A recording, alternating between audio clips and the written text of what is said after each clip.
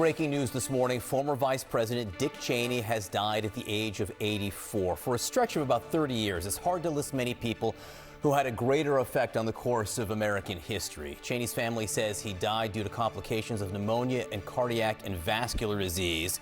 The Cheney family released a statement saying, in part, Dick Cheney was a great and good man who taught his children and grandchildren to love our country and to live lives of courage, honor, love, kindness, and fly fishing. We are grateful beyond measure for all Dick Cheney did for our country, and we're blessed beyond measure to have loved and been loved by this noble giant of a man. CNN's Wolf Blitzer looks back at Dick Cheney's life and legacy. Gradually, I realized that the person who was best qualified to be my vice presidential nominee was working by my side. For most of his adult life, Richard Bruce Cheney was the ultimate Washington insider. That I will well and faithfully discharge the duties of the office on which I am about to enter. The duties of the office on which I am about to enter. Named as George Bush's running mate in 2000, Dick Cheney quickly forged a public identity as a no-nonsense, disciplined gatekeeper, a powerful politician to whom and through whom access and influence flowed. But his appearance at the very highest levels of government was by no means his first time in the national spotlight. He began his public service career in the Nixon administration, working in several White House jobs dealing with the economy. After President Nixon resigned because of Watergate, Cheney worked for the new president, Gerald Ford, eventually becoming his chief of staff. When that 29-month presidency ended, Cheney returned to the land he loved, to his home in Wyoming. But it was a very short stay. Elected as the state's only member of the House of Representatives, Cheney returned to the Capitol and served for a decade in Congress. He was in the Republican leadership hierarchy when the first President Bush chose him to be his Secretary of Defense. Faithfully discharge the duties of the office. In charge of the Pentagon, Cheney was almost instantly engaged in two of the American military's largest and most complicated operations since the end of the Vietnam War. First, he led the removal of Panama's Manuel Noriega from power. And then, Operation Desert Storm, the American and Allied response after the invasion of Kuwait by Saddam Hussein. We have, in effect, destroyed most of the Iraqi army. We have taken out most of the infrastructure. The lights are out in Baghdad. His experience and steadfastness were of critical importance, and those traits were not unnoticed. Out of government for the first time in years during the Clinton administration, Cheney became head of the giant oil services company Halliburton. It was a job that kept him steeped in defense and foreign policy, and a role that later became a lightning rod for his critics. By the time his old boss's son secured the Republican presidential nomination, Cheney's health was a major concern. 3 mild heart attacks and a quadruple bypass before he was 50. Doctors gave him a green light, but shortly after the 2000 election, he suffered another mild heart attack. I've got a doctor that follows me around 24 hours a day that comes with a job as vice president. Cheney quickly became a target for Bush administration critics, especially for convening oil and energy industry representatives to a White House meeting and then declining to make public any contents of the sessions. And later, after the terrorist attacks on 9/11, he became at times invisible to the public. Only a few people knew where he was for much of the time. But behind the scenes, Cheney was a driving force behind some of the biggest controversies of the Bush administration, including the second war against Saddam Hussein's Iraq. In 2007, I asked him about mistakes made and concerns among some Republicans that the war had damaged the Bush administration's credibility. Wolf, I simply don't accept the premise of your question.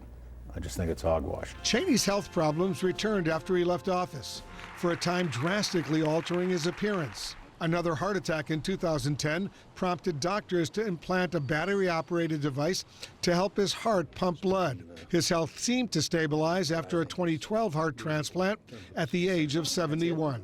Cheney largely disappeared from public life until emerging at the site of the January 6th insurrection 1 year after it happened.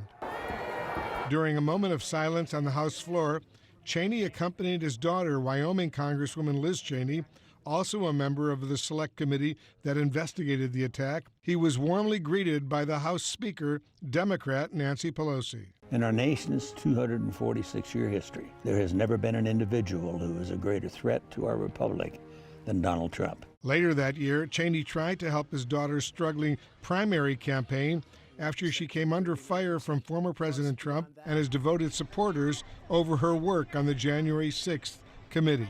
He was a coward. A real man wouldn't lie to his supporters. When Trump ran for president again in 2024 against Vice President Kamala Harris, Cheney joined his daughter in endorsing the Democratic nominee. Dick Cheney will be voting for Kamala Harris. American politicians have no shortage of critics, and Dick Cheney was no exception. But there were just as many, perhaps more, who saw him as a resolute, disciplined loyalist who wound up becoming one of the most influential and powerful vice presidents in American history. The most important thing that any vice president needs to know is to understand what it is the president he works for wants him to do. All right, let's bring in now CNN special correspondent Jamie Gangel. You have covered and known this family for decades. What are you hearing this morning from them? So, first of all, I think it's important to know his family was with him. He was at home. His wife, Lynn, they were married for more than 60 years, was there, as were his daughters, Liz Cheney and Mary Cheney. And, you know, he was 84 years old, and I think one thing to keep in mind is, you know, we had Dr. Reiner on earlier, who was his cardiologist all of these years. Dick Cheney had 5 heart attacks and a heart transplant along his life. You know, obviously the family is heartbroken today, but they really did have many more years with him than they, you know, expected because of the care he got and advances in cardiology. Yeah, and I mean, such a long life in years and in also what he experienced, what he was part of, and what he brought about in the world of politics. I mean, it is hard when you're talking about a vice president to think of someone who's had more impact in the office of vice president than Dick Cheney, Jamie. There's no question. He is always held up as one of the most powerful, if not the most powerful vice president. It was not a ceremonial job. It was, he really did the job of government. You know, when former President George W. Bush was looking for a vice president, the truth of the matter is he asked Dick Cheney first. And Cheney said no. And then he became the head of the search committee.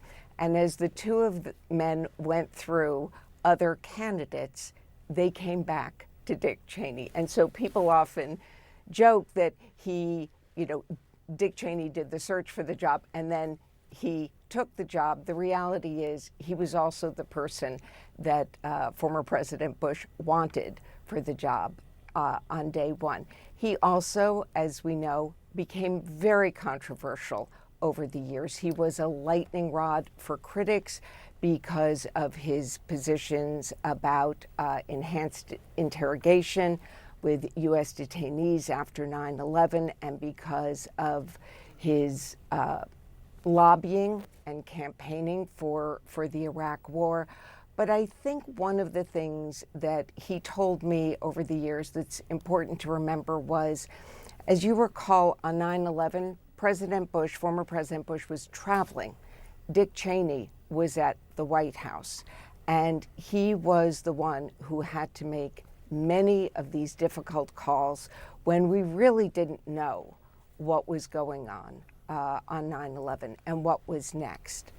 And he told me that, you know, I asked him over the years, did he have any regrets about enhanced interrogation or any of these very harsh policies that he became criticized for? And he always said that he had no regrets. He never backed down.